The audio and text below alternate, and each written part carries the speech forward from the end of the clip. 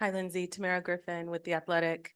I know there's still one massive game to go, but wondering if you can share the biggest lesson you think you've learned so far from this tournament in terms of being a relatively new-ish captain and leader of this team, given the journey that it's been so far. I guess probably the biggest lesson was maybe not lesson, but we're taking each game at a time. I think it's tournament mode and it's the Gold Cup. It's our first one and it's a big tournament and we're leading into an Olympics as well. So each game matters and obviously, you see a game like the Mexico result and how we bounce back from that. And I think, this is kind of what you see in World Cups as well, is like it's not going out and playing friendly games. Like you're getting the best out of each team right now. And, wild things happen during tournaments. And obviously you've seen that in a few of the games here. So again, it's taking each game as it comes and doing the best of our ability to make it to that final. And that's what we did. Hello, Lindsay. It's Mauricio Duque of La Hora del FPC. I want to ask you, as a captain, how to prepare the mentality for this type of matches, and what is your opinion of the Brazilian national team? For me, it's just, how can I get the best out of all of my teammates and also myself? I think everyone's highly motivated for each game and want to be the best that they can possibly be. And I think, during this tournament, it's just coming together and playing our best football. I think you've seen like a lot of changes, different formations, lineups, or whatever. And it's just like, hey, we got to go do this together, no matter how we're put out there, what lineups out there. And we go grind it out and we win no matter what and whatever the game gives us and however we can perform and entertain you as well. And it's not hard to motivate this team to go win a medal. So I think that's the same thing going into the final. Again, there's so much respect for this Brazilian national team. I always say, Brazil is so exciting and fun to watch. You see so much creativity and technical ability in the way the players play and even in this tournament, the transition, the goals that are scored, I think they have so many threats. So it will be such a good challenge for us and I think a fun final for everyone to watch.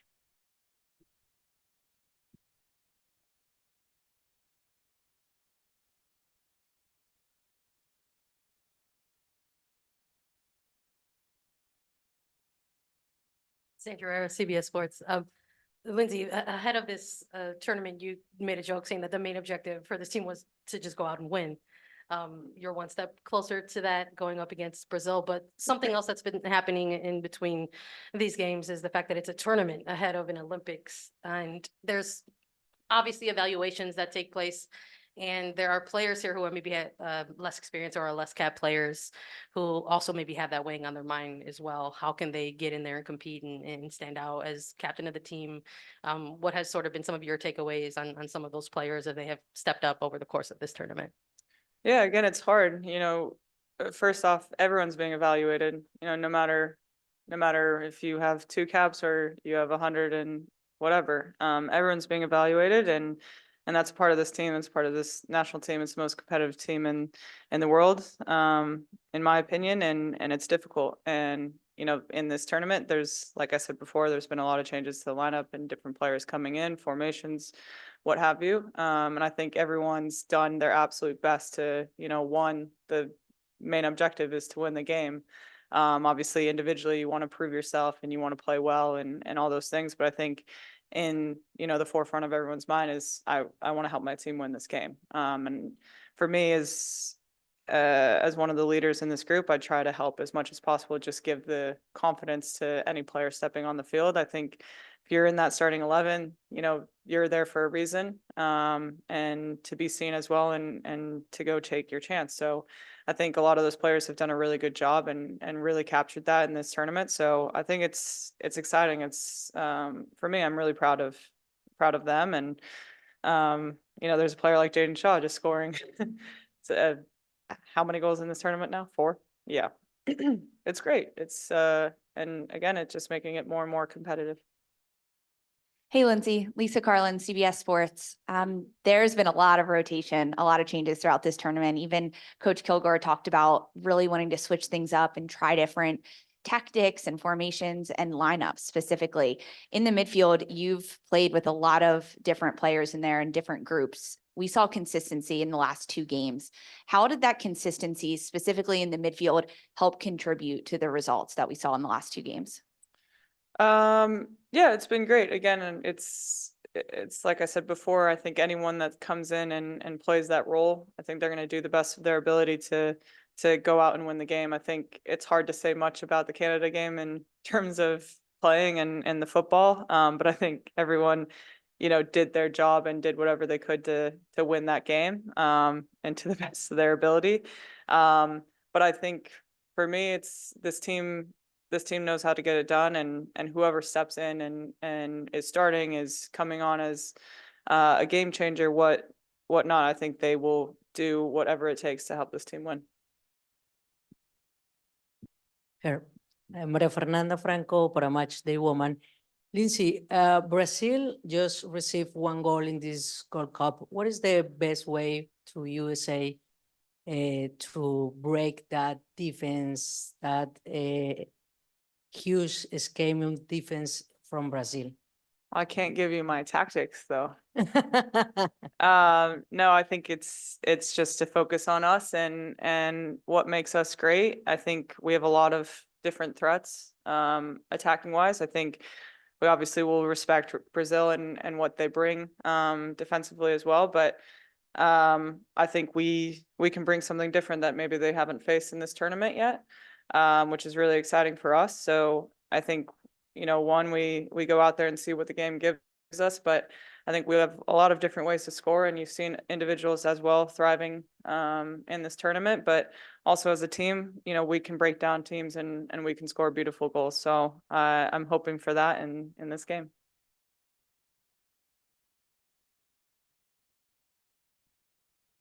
Hi, Lindsay. My name is Emor Villa from Diario AS from Spain. I wonder when you were a little girl, if you imagined to be in these kind of scenarios, and what would you say to that little girl if you could say something to yourself? I think I've probably always dreamed of being in these kind of scenarios, in these big tournaments, playing for a trophy. And again, it's USA versus Brazil. I think it's so exciting for any young player watching. I think for me, it's just to tell that little girl to go do whatever you can and keep inspiring and keep dreaming, and you'll ultimately, if you keep working and doing whatever you can make those dreams come true. And I think that's what I always believed in as a young player growing up, that I could achieve if I could work as hard as possible to get here. So anyway, that's what I tell any young individual now. At this time, we're moving on to the virtual media. Andrew, you can go ahead and ask your question. Thank you very much. Andrew Jones with Believe Network.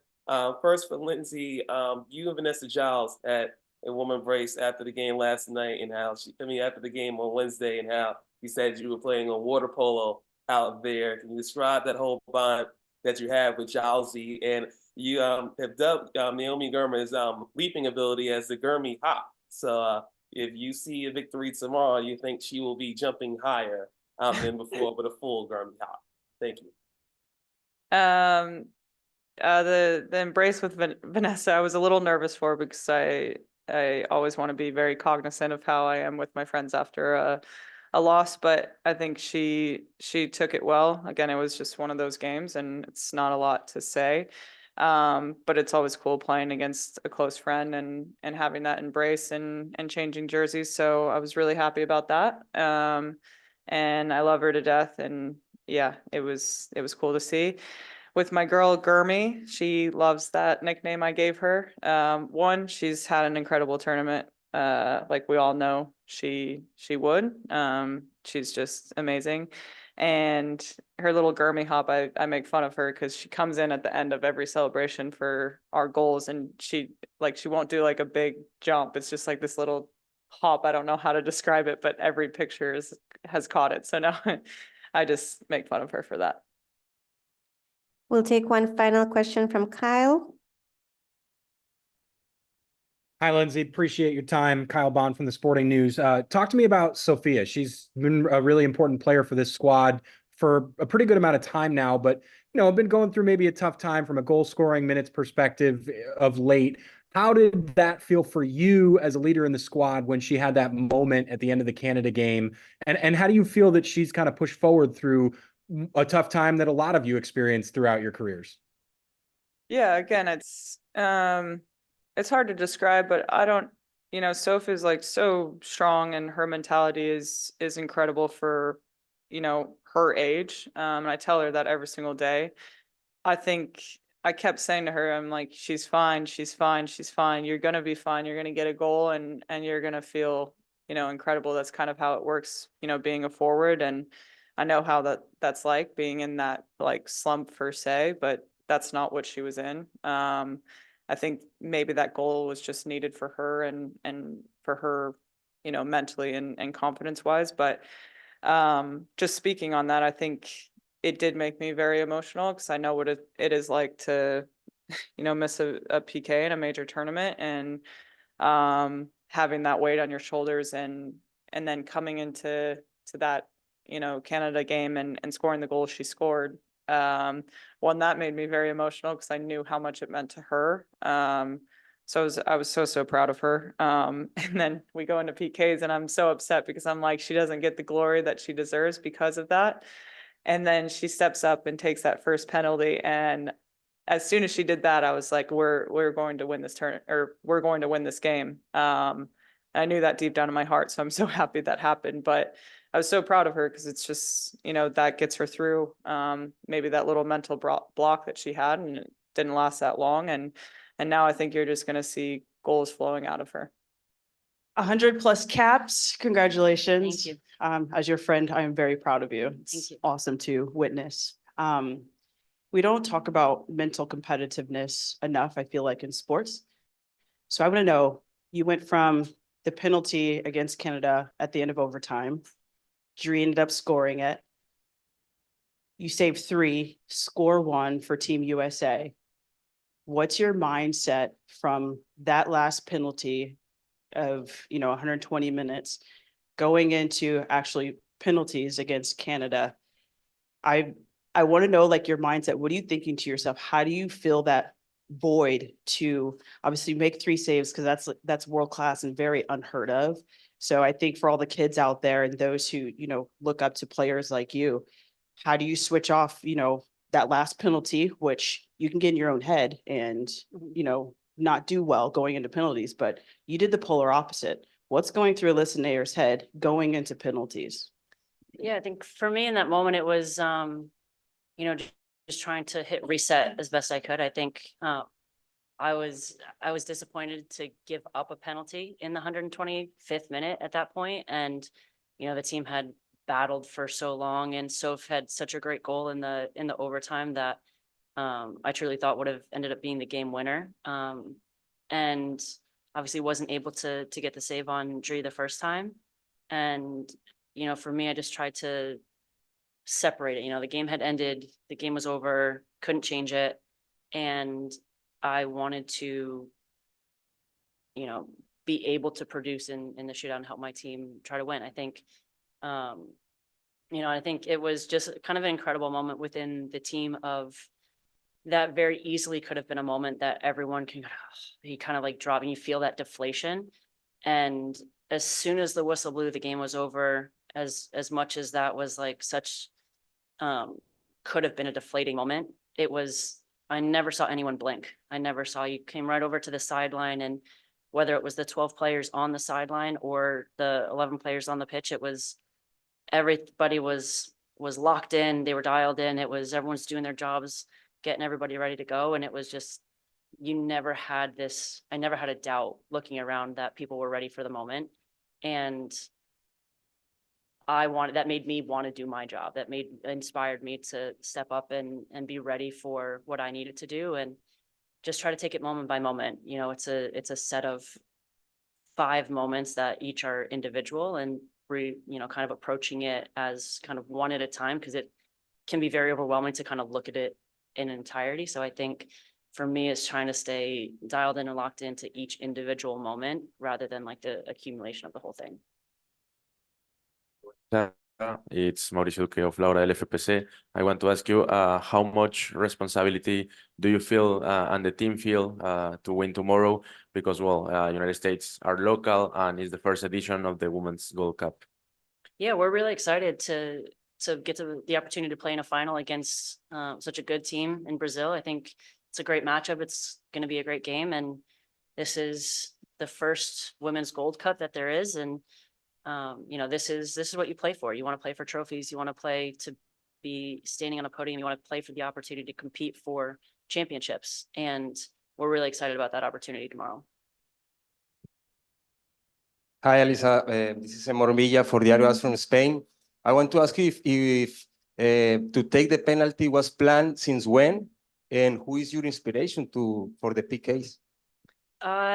I think they have that those decisions are all made by the coaching staff at different levels. I think they've got many conversations. I'm not privy, obviously, to what goes on in the coaches' room, but I think the message to all of us as players has always been, you know, player 1 through 23 is each one of us needs to be prepared to, you know, to step up and convert a penalty if and when called upon. And everybody puts in the same preparation to be ready for the moment if their name is called. And, you know, that's kind of the rest of all those decisions are up to the coaches. I wouldn't be able to walk you through all that, but it's the individual takes their own ownership of being ready for the moment. What do you mean by Your inspiration. Oh, inspiration? Oh, you know, again, you just, as a player, you want to help your team win games. And I think that was what I was asked to do in that moment. And I just wanted to be able to do that for my teammates. Again, we battled hard for 120 minutes in very interesting circumstances in the game. And I think, you know, I just wanted to be able to help the team win. Hi, Alyssa. Tamara Griffin with The Athletic. There's a brief literary context to my question by Zora Neale Hurston in Their Eyes Are Watching God. She writes, there are years that ask questions and years that answer. Thinking about this team's journey through the Gold Cup, do you think this is a tournament that has asked questions or a tournament that's provided answers? And if it was a question, what was the question? If it was an answer, what was the answer? Very poetic question. I think it's both. I think this tournament has asked a lot of questions of this team. I think there's obviously a time of transition and time of you know, new coaches, new players, and I think there is this balance on the group right now, or the team of, you know, still we have a number of great veteran players, and we have a number of young players coming in as well, and I think there's a lot of questions coming in, and I think it's our job as players to make it hard for coaches to make decisions. I think it's our job to compete every single day and put our best foot forward. And this is obviously a year that it's an Olympic year, and we have this opportunity with this Gold Cup kind of early in the year of kind of this mix of we get to like replicate what an Olympic tournament style is. But it's that balance too, because we want to win, and it's not just experimentation. It's not just trying things. It's not, we can do those things while also trying to win the tournament, win games. And I think that's the challenge of the coaches about how to kind of manage that and do that. And for us as players, it's, you know, it's our job to show up every single day and do what we can in training, try to get better from, you know, one training session to the next, one game to the next, and make it really, really challenging for the coaches moving forward when they have to make a lot of hard decisions. And, you know, we're excited. I think this has been a great tournament to experience so many different emotions, both positive and negative. And I think it's we had to manage losing a game in group play and regrouping and getting ready for a quarterfinal. And I thought the team had such a great response going into that game. And now it's kind of almost the reverse. It's managing a very emotional, positive game coming off the Canada game, and now being able to be excited about that, but also that's in the past now. And it's just focusing on, you know, the game against Brazil. And, you know, we want to find a way to win a championship.